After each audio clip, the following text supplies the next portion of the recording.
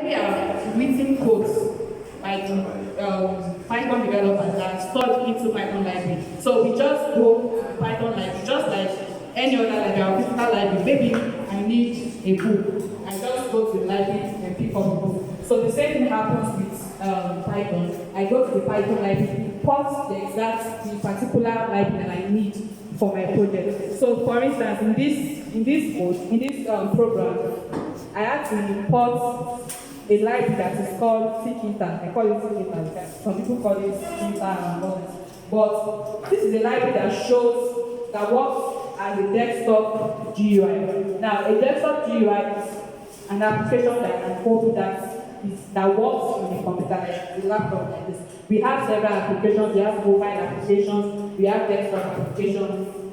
And we also have web applications. But this particular one works on desktop, like this, on a laptop, on the computer.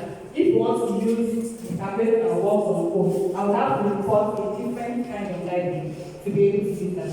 So, then all these window, title, blah, blah, blah, they are just the widgets that I use to put all of this together. Now, you can tell we have a title, a calculator, and then the geometries. That's what gives us the shape. That's what gives us the shape. Then I had to define some functions.